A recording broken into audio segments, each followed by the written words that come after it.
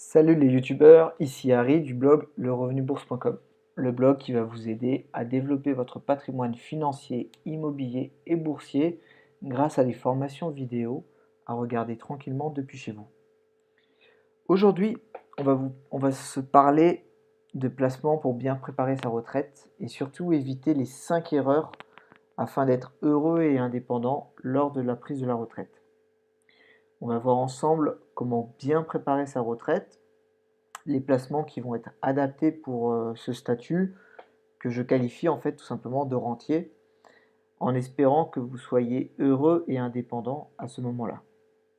Si comme moi vous souhaitez préparer votre retraite par capitalisation, c'est-à-dire vous la constituer par vous-même avec votre argent, que vous ne comptez pas sur l'État qui est lui en déficit chronique, qui ne sait pas assurer, qui ne sait pas gérer l'argent et qui probablement ne pourra pas assurer votre retraite. Dans ce cas-là, il va falloir euh, mettre de côté de l'argent pour constituer une retraite par répartition qui soit juste et équitable par rapport aux efforts que vous avez fournis. Sachez qu'actuellement, nous sommes en 2017, il y a 2 actifs pour un retraité, 2 personnes qui travaillent pour payer la retraite d'une personne qui a sa pension de retraite. Sachez que dans les alentours entre 2020 et 2025, on arrivera à un retraité pour un actif. Donc c'est une situation qui sera complètement bancale. Déjà qu'à l'heure actuelle, ça ne fonctionne pas, on est déjà en déficit. Donc comprenez bien que cette situation, avec le temps, ne va pas aller en s'améliorant. Donc si vous souhaitez de votre côté pouvoir gérer la perte de revenus qui surviendra au moment de votre retraite, il faut savoir qu'en général, on estime la perte de revenus à quasiment 50% par rapport au dernier salaire que l'on avait si on est dans le privé. Les fonctionnaires, c'est un petit peu différent, mais sachant que les fonctionnaires n'ont pas non plus un salaire mirobolant, dans tous les cas, il faut de toute façon assurer sa retraite et faire un complément de revenus à côté de son activité principale. Donc sachez qu'il existe de nombreuses solutions qui sont simples à mettre en place, mais par contre, il faut pouvoir les connaître. Donc dans cet article, je vais vous exposer ce que moi j'ai fait et ce que je pense que vous devriez faire pour préparer votre retraite. Si votre objectif c'est de recevoir une rente allégée en fiscalité, mais sans toutefois dépendre des cycles, que ce soit immobilier ou boursier, parce qu'au final, qu'est-ce qu'on cherche? On veut une rente qui soit indépendante de notre travail ou de l'État, mais qui soit indexée sur l'inflation. En effet, l'inflation, c'est le coût de la vie qui augmente année après année. Donc, histoire tout simplement de suivre et de pouvoir maintenir votre indépendance financière jusqu'à votre passage dans l'autre monde, tout simplement. Donc, la première erreur de placement euh, que j'ai vue et qui est pour moi rédhibitoire, c'est de détenir sa résidence principale à la retraite.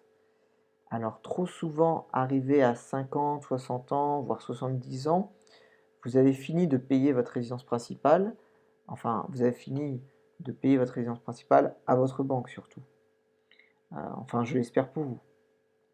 Donc, j'espère pour vous que vous avez de l'immobilier locatif. Si oui, eh ben, félicitations. Mais trop souvent, il n'y a pas assez de placements qui sont disponibles sur le compte en banque. Car il faut bien aider les enfants ou les petits-enfants qui ne savent pas gérer leur argent et qui, eux, n'ont pas investi comme vous dans la pierre ou dans l'immobilier locatif ou en bourse.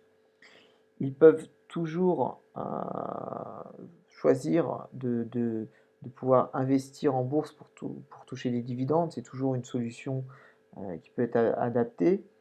Euh, mais sachez que plus on vieillit, en général, plus on aime avoir des actifs qui sont sur des fonds, ce qu'on appelle monétaires, qu'on puisse récupérer assez rapidement, de type livret ou assurance vie. Euh, Si malheureusement vous faites partie également de ces malheureux en amour, comme 50% des Français, que votre conjoint vous a peut-être délesté de la moitié de vos biens, vous avez sûrement dû apprendre à vos dépens et à vos enfants ou petits-enfants à l'intérêt de passer devant le notaire pour rédiger ce bon vieux contrat de mariage, de séparation de biens afin de protéger, vos placements. Je ne vous recommande qu'une chose, c'est d'aller voir un notaire, heu, pour en parler avec lui. C'est vraiment, à mon avis, l'un des meilleurs conseils, que je peux vous apporter. Dans le meilleur des cas, donc on a dit que vous étiez propriétaire d'une jolie maison, mais en fait, à côté, vous avez également ce qu'on appelle un passif, c'est-à-dire que votre maison, elle vous coûte de l'argent tous les mois en charges et en taxes. Donc ce «bon placement» entre guillemets n'est malheureusement pas liquide dans l'état. Il faudra trouver un acheteur qui ait accepté son prix, donc vous êtes en fait dans la mauvaise posture. Car contrairement à une légende populaire, bah, l'immobilier, ça ne fait pas que grimper constamment, hein. Il y a juste à se rappeler que tous les marchés, que ça soit boursier, immobilier, monétaire, tout est cyclique. C'est-à-dire qu'il y a des décennies où ça se passe à la hausse, des décennies où ça se passe à la baisse. Dans le cadre de l'immobilier, je vous rappelle, pour ceux qui ont connu les années 97, combien étaient les prix du mètre carré à Paris dans ces années-là. Alors, oui, vous êtes indépendant, vous avez un toit au-dessus de votre tête, mais ce logement, il est souvent trop grand et maintenant que les enfants sont partis, bah, c'est souvent trop cher et contraignant à entretenir. Surtout si vous êtes dans une maison ou dans une résidence collective, ou bien vous êtes simplement trop loin de vos petits-enfants, ou si malheureusement vous êtes malade, vous êtes peut-être un peu loin de l'hôpital. Ce placement de résidence principale n'est plus adapté à votre situation. C'est normal, vos besoins évoluent avec le temps. Vous avez donc placé tout votre capital au même endroit dans votre résidence principale. Ça, c'est une erreur qui peut vous priver de votre indépendance financière et de votre statut de bienheureux retraité. Une solution, tout simplement de revendre la résidence principale qui sera un placement fiscalement neutre, donc net d'impôts.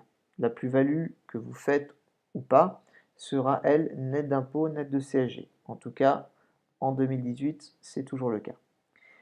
Placez donc cet argent sur un support disponible, comme un fonds euro d'une assurance vie sans frais d'entrée, et les intérêts que vous allez toucher grâce à ce capital que vous avez placé vous aideront à devenir locataire dans un endroit qui vous plaira et qui sera plus adapté à vos futurs besoins qui vont être évolutifs. Même si votre domicile vous convient parfaitement et que vous souhaitiez y passer de vieux jours, dans ce cas-là, je vous conseille sérieusement de penser à l'option viager ou alors le crédit hypothécaire. Je vous laisse de votre côté étudier ça. Pour ceux qui sont vraiment intéressés, vous avez des formations sur lerevenubourse.com qui vous expliqueront tout ça en détail. La deuxième erreur du placement, c'est d'avoir trop d'immobilier locatif. En effet, à un certain âge, vous n'avez plus de crédit sur ces biens immobiliers locatifs et vous ne souhaitez bien sûr pas en reprendre. Vous n'avez donc en fait aucun intérêt à conserver de l'immobilier locatif dans ces placements. Vu la fiscalité sur les revenus fonciers, et vous allez économiser aussi beaucoup de soucis et également beaucoup d'impôts. Donc la deuxième solution, c'est de vendre vos biens immobiliers locatifs et de placer votre argent sur un contrat d'assurance vie afin de profiter de la flexibilité et de la fiscalité qui est si douce. Je vous rappelle que l'assurance vie est quand même le placement préféré des Français. C'est pas pour rien. Les fanatiques de la pierre, vraiment ceux qui ne peuvent pas s'empêcher d'avoir de la pierre, je vous conseille de vous rapprocher plutôt des SCPI, les sociétés civiles de placement immobilière, ou alors des foncières cotées pour les aficionados de la bourse. Les SCPI vous permettront de détenir des biens immobiliers sans avoir aucun souci de gestion. Les foncières cotées vous permettront de posséder des sociétés qui investissent dans des centres commerciaux, dans de l'immobilier que quasiment aucun particulier ne pourra jamais s'offrir, et surtout d'avoir la liquidité du marché boursier.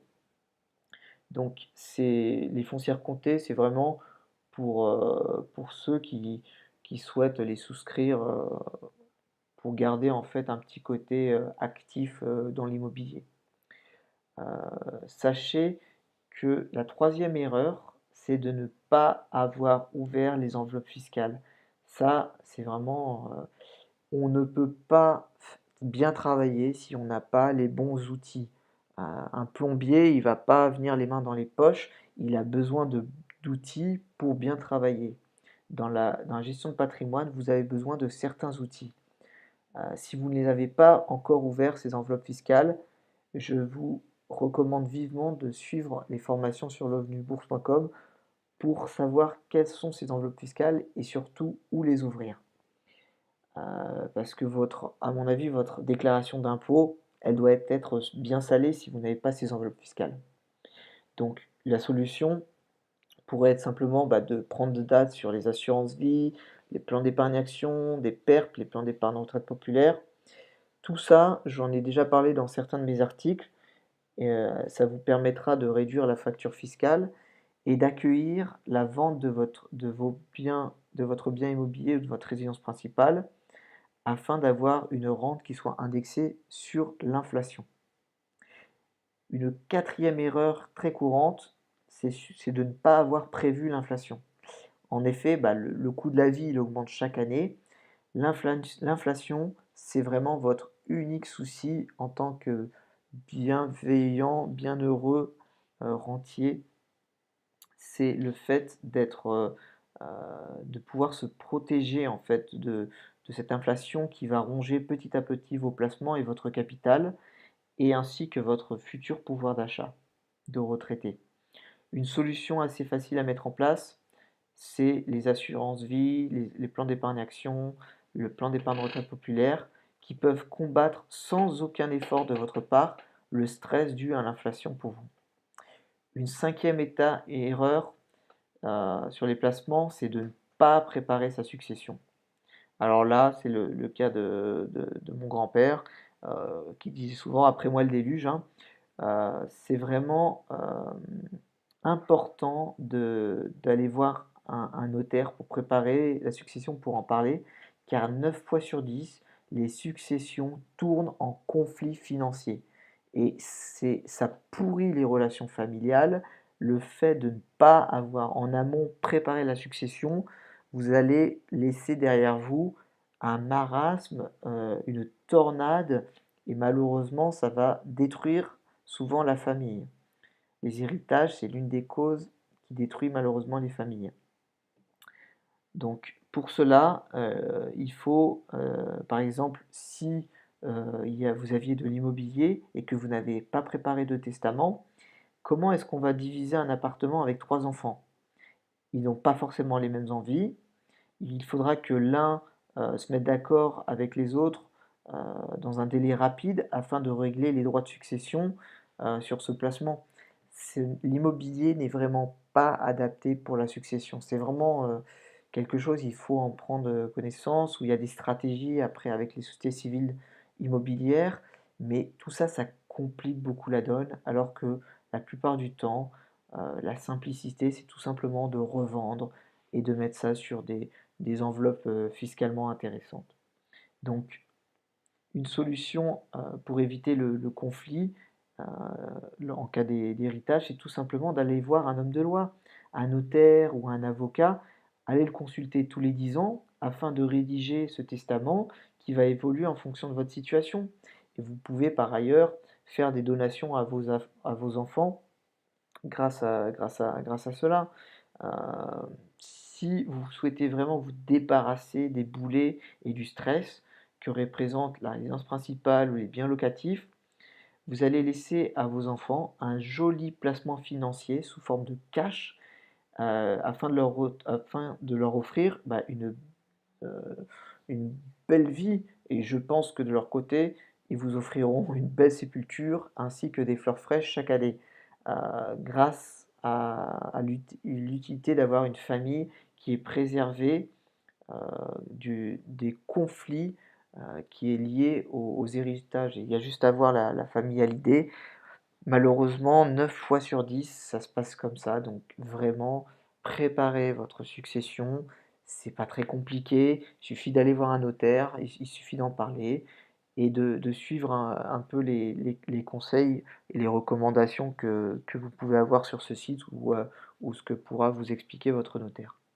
Je vous souhaite à tous une très bonne journée et je vous invite à venir consulter le site lerevenusbourse.com pour en savoir plus sur les formations.